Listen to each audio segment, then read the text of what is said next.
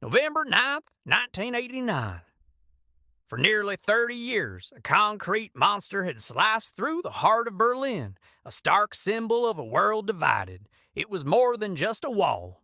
It was the Iron Curtain made visible, a barrier of concrete, barbed wire, and watchtowers that separated families, friends, and ideologies. And then, on one incredible, chaotic, and jubilant night, it all came tumbling down. How did this happen? How did a seemingly permanent fixture of the Cold War vanish almost overnight? Not through war, but through the sheer force of human will? This is the story of the fall of the Berlin Wall, the night that didn't just reunite a city, but changed the course of modern history. It's a tale of political miscalculation, courage in the face of oppression, and the overwhelming desire for freedom. So grab a seat as we journey back to that pivotal moment, exploring the events that led to the collapse, the unforgettable scenes at the checkpoints, and the legacy that continues to shape our world today. This isn't just a history lesson, it's a testament to the power of ordinary people to achieve the extraordinary. Let's dive in. The story of the wall begins in the ashes of World War II. After Germany's defeat, the victorious Allies, the United States, the United Kingdom, France, and the Soviet Union divided the country and its capital, Berlin, into 4 occupation zones. As the wartime alliance crumbled into the Cold War, the Western zones united to form West Germany, a democratic state, while the Soviet zone became East Germany, a communist state under Moscow's firm control.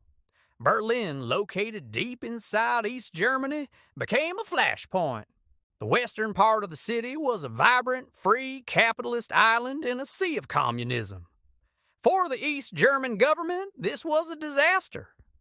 Between 1949 and 1961, an estimated 2.5 million people fled East Germany, most of them simply by crossing from East Berlin into West Berlin.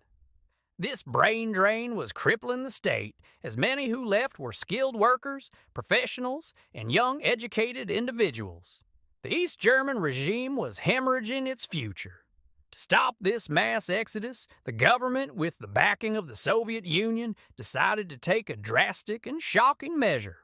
In the dead of night, on August 13, 1961, East German soldiers began to unroll barbed wire and erect concrete posts, sealing the border between East and West Berlin. The Berlin Wall was born.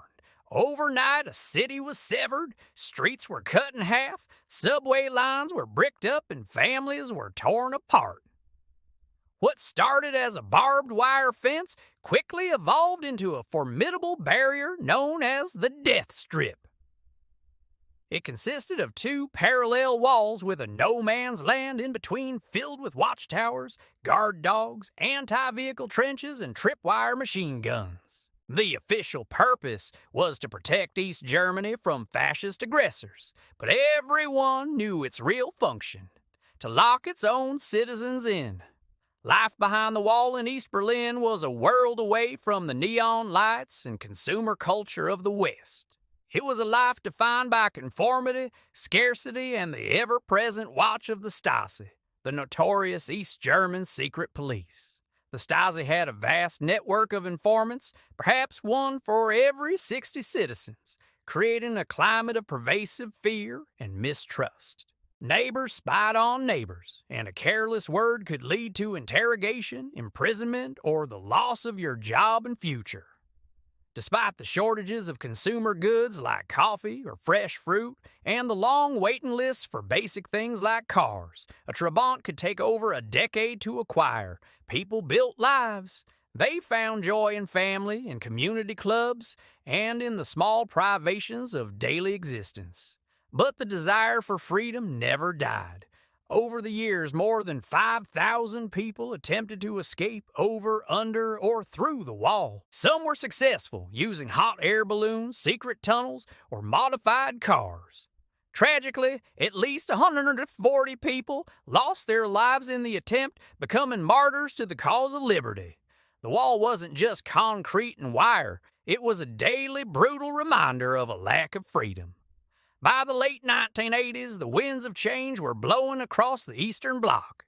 In the Soviet Union, leader Mikhail Gorbachev had introduced his policies of glasnost, openness, and perestroika, restructuring. He signaled that the USSR would no longer use military force to prop up communist regimes in Eastern Europe. This was a green light for reform movements. In Poland, the Solidarity movement gained power. In Hungary, the government began dismantling its border fence with Austria. This created a new escape route. Thousands of East Germans traveled to Hungary officially for vacation, and then crossed into Austria and on to West Germany.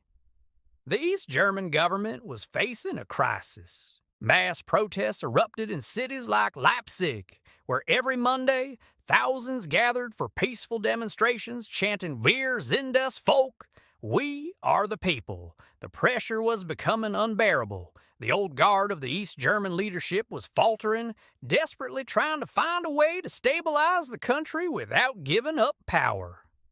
On the evening of November the 9th, 1989, the East German government decided to announce a new travel regulation to ease public pressure. The intention was to allow citizens to apply for visas to travel abroad, a process that would still be controlled and slow. A mid-level party official named Günter Schabowski was tasked with announcing this at a live press conference. The problem was, he hadn't been fully briefed on the details. Near the end of the conference, a journalist asked when the new regulations would take effect. Schabowski, shuffling through his papers, looked confused. He hadn't been told. He scanned the document and, finding no specific date, improvised. He famously stammered, "As far as I know, it takes effect immediately, without delay." The words hung in the air. News agencies immediately flashed the headline, "East Germany opens its borders."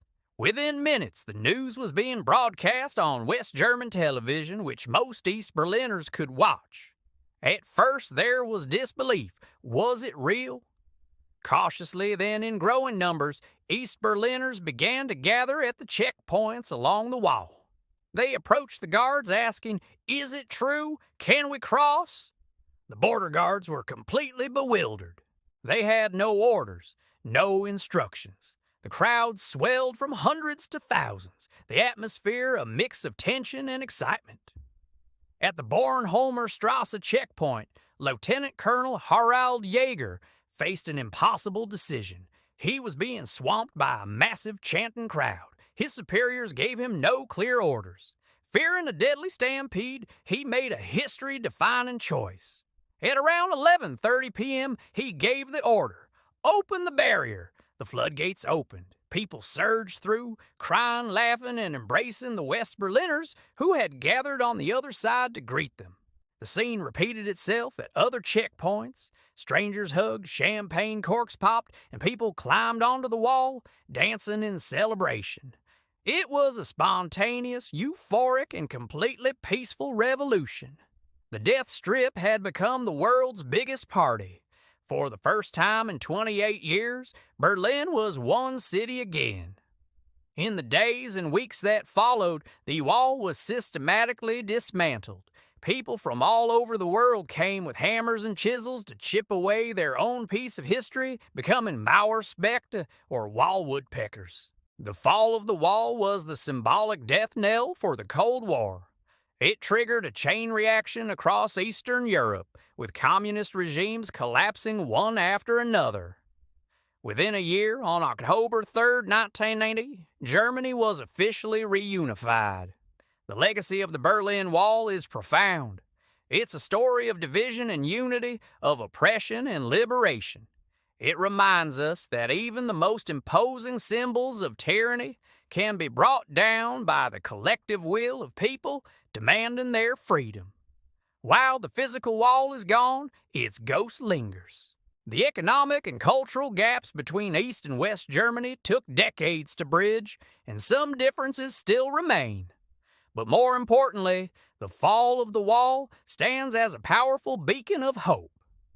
It teaches us that change is possible, that walls cannot imprison the human spirit forever, and that a single moment of confusion broadcast live on television can accidentally set a nation free and reshape the world. Thank you so much for joining me on this journey back to one of the most incredible nights of the 20th century. What do you think was the most important impact of the Berlin Wall's fall? Let me know your thoughts in the comments below. And if you enjoyed this video and want to explore more pivotal moments in history, please consider liking this video and subscribing to the channel. It really helps us create more content like this. Thanks for watching, and I'll see you in the next one.